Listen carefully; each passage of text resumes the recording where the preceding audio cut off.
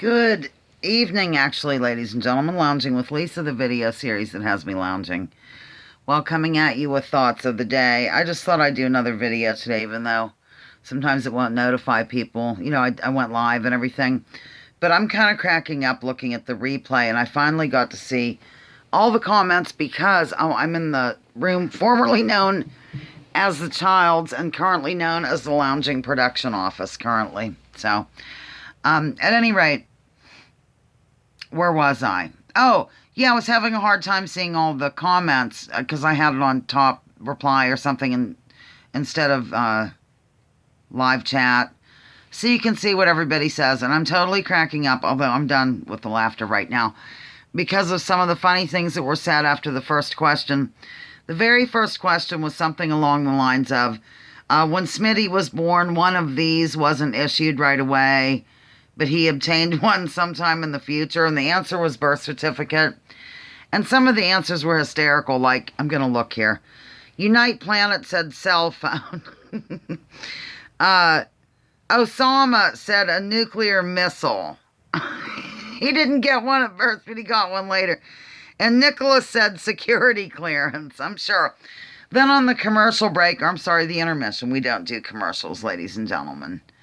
It's against my better nature. Anyhow, on the intermission, when I played that Dixie Doodler number that is really striptease-like or what have you, this old stoner said something about Sweet Gypsy Rose. You know, remember that song?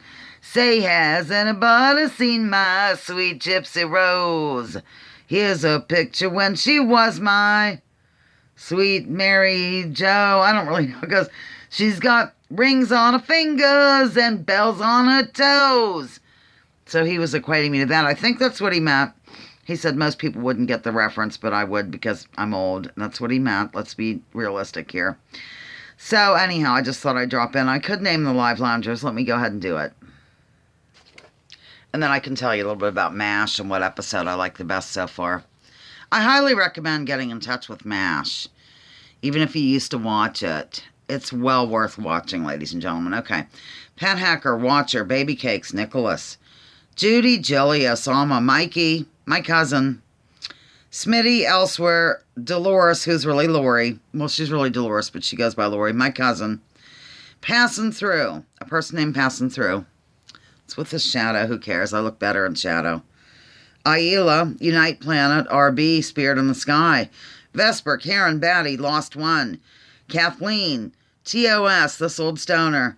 Kate, Vegan Dolls, and Davy. And now, every time I write down TOS, I put an exclamation point for some reason. And so I did, and I even did it over here on my scrap paper where I wrote down the different comments that I found to be super funny. Getting to MASH, Season 4, the last episode is called The Interview, and they did it in black and white, and it was kind of based on a true story because evidently during the Korean police action, I'm sure, war, a news team went over there and they interviewed people in a MASH unit. This happened in real life, and so they decided to kind of gear a show around that particular historical happening, and they did. And they did it in black and white, like I said. And also, they let the actors got to answer how they felt their characters would answer. So, it wasn't really scripted. And, of course, once they gave the answer, then they made it into the script. You know what I'm saying? So, for example, Alan Alda answered the questions in the manner that he felt Hawkeye, Pierce, would answer. They were really good. Of course, I can't stand Frank Burns at all. I can't take him. He has not one redeeming quality whatsoever. He's really like a caricature, which evidently he did complain about a little bit. But then they did research and found out that there were, like, they talked to other actual MASH, real live MASH people. And they said, no, actually, there's one in every crowd kind of deal. Or military in general, where there's just a goofball like Frank Burns he's just a hideous person. I can't wait till he leaves the show. I can't wait to get to season 6 or whenever it is. So, at any rate, that was an extremely good episode. I'm wondering if it won an Emmy or something. It should have if not. And then the one that I watched prior to that one, season 4, second to the last episode, was whenever they were just showing a day in the life over there with incoming wounded, and at that same time, they juxtaposed. Is that the right way to say that? Because I've never said it before, only one time when I was getting with Judith M. Villeneuve to tell her about this. Juxtaposed. Maybe that's it. You'll let me know if it's right or wrong, and I apologize if it's wrong. Juxtaposed, or is it juxtaposed? Juxtaposed. Whatever. That, with film from what was happening in the United States at the same time, like dance contests were unfolding, and movie stars visiting this or that place, or a cat that could play ping pong. What else? Let me think. Celebrity golf tournament, stuff like that. Juxtaposing, whatever the word is. I've never used that word in my life, not in the written form, not verbally, so it's the second time I'm using it now, or in this case, the 18th time, because I keep saying it over and over again. Not sure if I'm leaving out letters or not, but I think you get the idea. And I'm comfortable enough with my loungers to make a mistake or have you tell me how to say something. So I'll probably just look it up after I do the video. I can't edit, so what you see is what you get here, ladies and gentlemen, here on Lounging with Lisa. I think that's all. Bernard is locked out of the house tonight, or he's trapped in the garage. We're not sure which.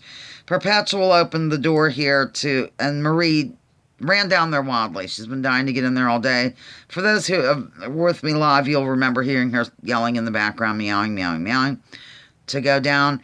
Either Bernard has made his way into the garage, which is easy to do. It's right through a crawl space, and it's kind of hanging out there, or he's outdoors, and so I can't leave the cat door open as long as Marie's down there. But as soon as she gets up here and I do a head count or a paw count, I can probably let him in. It's not snowing, though. It's kind of chilly, but he does have the horse trailer as well. We have a little bed set up in there for him and any other stray that wanders along.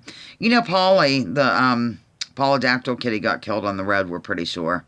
She was a stray. She was a polydactyl, and she's dead. So, okay, well, on that charming, delightful note, I'll let you go. I apologize for mispronouncing stuff, but I did, and I'm kind of silly tonight anyway. So, MASH, Season 4, last 2 episodes, I highly recommend. That's all. Live for you. Lounging with Lisa. The video series that has me lounging while coming at you with thoughts of the day. Join me, join others, drop your political identities. Let's focus on issues. Leave labels at the door. Research before you judge. Remember, war is a racket. Don't take my word for it. Check out General Smedley Butler and what he had to say.